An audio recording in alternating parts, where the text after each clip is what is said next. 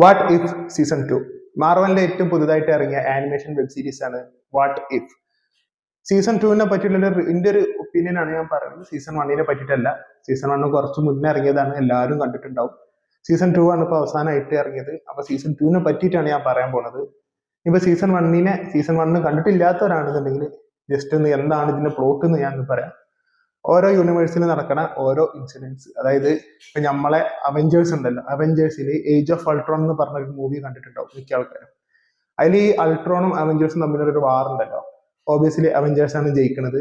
പക്ഷെ വേറൊരു യൂണിവേഴ്സിൽ അൾട്രോൺ വിജയിച്ചിട്ടുണ്ട് എന്നുണ്ടെന്നുണ്ടെങ്കിൽ പിന്നെ എന്ത് സംഭവിക്കും എന്നുള്ളത്, അതാണ് വാട്ട് ഇഫ്. ഇന്ന നടന്ന ഓരോ മാർവലിന്റെ ഇതിന് മുന്നേ കാണിച്ചിട്ടുള്ള ഓരോ വെബ് സീരീസിലും ഓരോ മൂവീസിലും ഇന്ന സംഭവം നടന്നിട്ടില്ല എന്നുണ്ടെന്നുണ്ടെങ്കിൽ അതായത് ഇവര് കാണിച്ചു പോയ സ്റ്റോറിയിൽ അതിന് വിപരീതം സംഭവിച്ചാൽ എന്ത് സംഭവിക്കുമായിരുന്നു എന്ന് പറഞ്ഞിട്ടുള്ള ഇങ്ങനെ സംഭവിച്ചാൽ എന്ത് സംഭവിക്കും, ഇങ്ങനെ സംഭവിച്ചാൽ എന്ത് സംഭവിക്കും, അതാണ് വാട്ട് ഇഫ് എന്ന് പറഞ്ഞ ഒരു വെബ് സീരീസ്. അതിന്റെ ഒരു കോൺസെപ്റ്റ് ആണ് ഇത് ആനിമേഷൻ രൂപത്തിൽ വന്നിട്ടുള്ളത്. പക്ഷെ വേറൊരു കോൺസെപ്റ്റ് അല്ല, ഓരോ യൂണിവേഴ്സിലും ശരിക്കും നടന്നിട്ടുണ്ട് എന്ന് പറഞ്ഞ രീതിയിലാണ് ഇതിൽ കാണിക്കുന്നത്. അത് അത്രേ ഉള്ളൂ വാട്ട് ഇഫ്. സീസൺ 1 തികച്ചൊരു മാസ്റ്റർ പീസ് ആയിരുന്നു.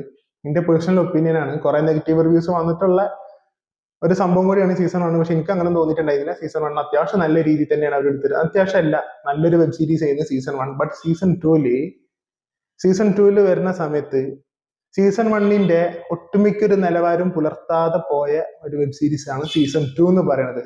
അതിൽ ഏറ്റവും ആദ്യത്തെ പ്രശ്നം എന്താന്ന് വെച്ച് കഴിഞ്ഞിട്ടുണ്ടെങ്കിൽ അനാവശ്യമായിട്ടുള്ള ഇമ്പോർട്ടൻസ് അനാവശ്യമായിട്ടുള്ള ക്യാരക്ടേഴ്സിന് കൊടുക്കുന്നത് തന്നെയാണ് അതിൽ ആദ്യത്തെ ഒരു പ്രശ്നം. എന്തിനാണ് അത് കൊടുക്കണം, ആരാണ് ഇതൊക്കെ?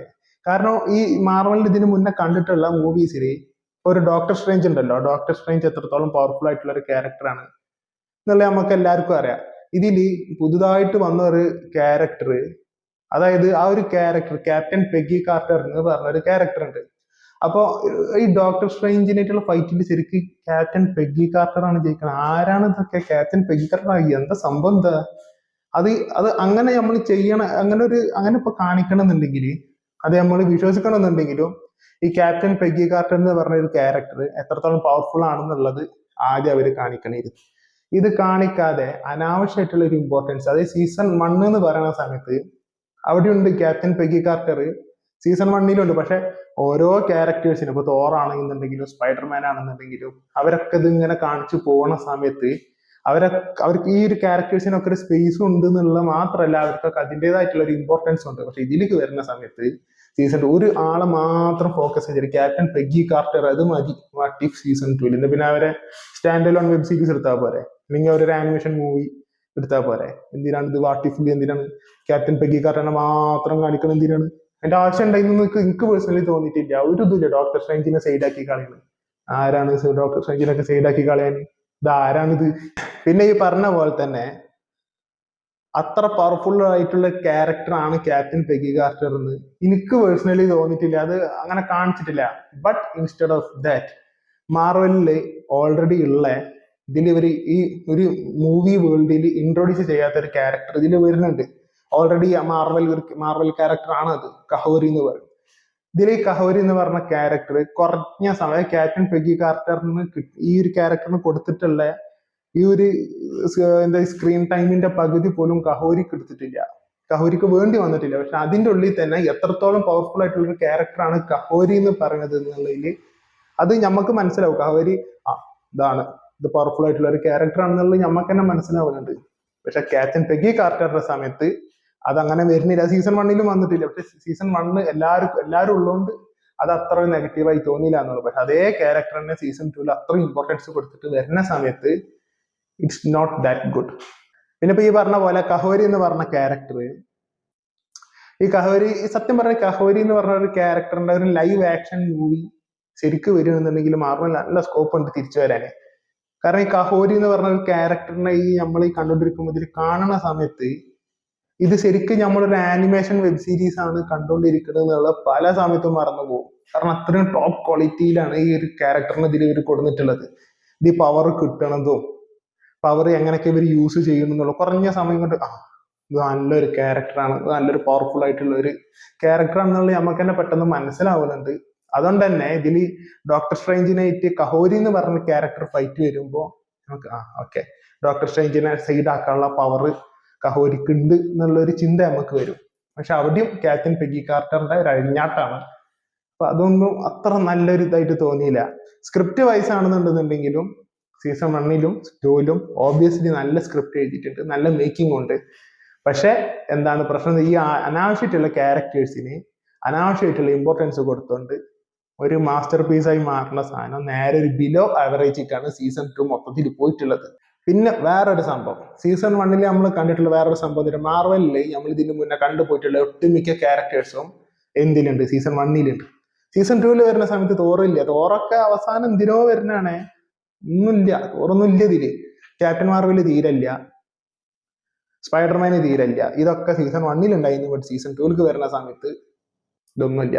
കാരണം എന്താ, പെഗ്ഗി കാർട്ടർ ഇത് മതി.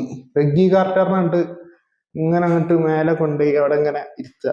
അതിന് വേണ്ടിയിട്ട് എടുത്ത സീസൺ ആയിട്ടാണ് സീസൺ 2ന്റെ കാര്യത്തിൽ എനിക്ക് തോന്നിയത്. But season 1 as a masterpiece, but season 2 is going way below average. ഇതൊക്കെ പറയണ സമയത്തും ഇതിലുള്ള ഫൈറ്റ് സീക്വൻസുകൾ അതിൽ ഇവർ മാർവലിന്റെ ആ ഒരു കൺസിസ്റ്റൻസി നിർത്തിയിട്ടുണ്ടെന്നാണ് എനിക്ക് പേഴ്സണലി തോന്നിയത്. സീസൺ 2ൽ നല്ല ആക്ഷൻ ഉണ്ട്, ആക്ഷനൊന്നും ഒരു രക്ഷയില്ല. പക്ഷെ നമുക്ക് അത് ഉൾക്കൊള്ളാൻ പറ്റില്ല. ബട്ട് ആക്ഷൻ അവിടെ സംഭവിക്കുന്നുണ്ട്, നല്ലൊരു ആക്ഷൻ ഉണ്ട്.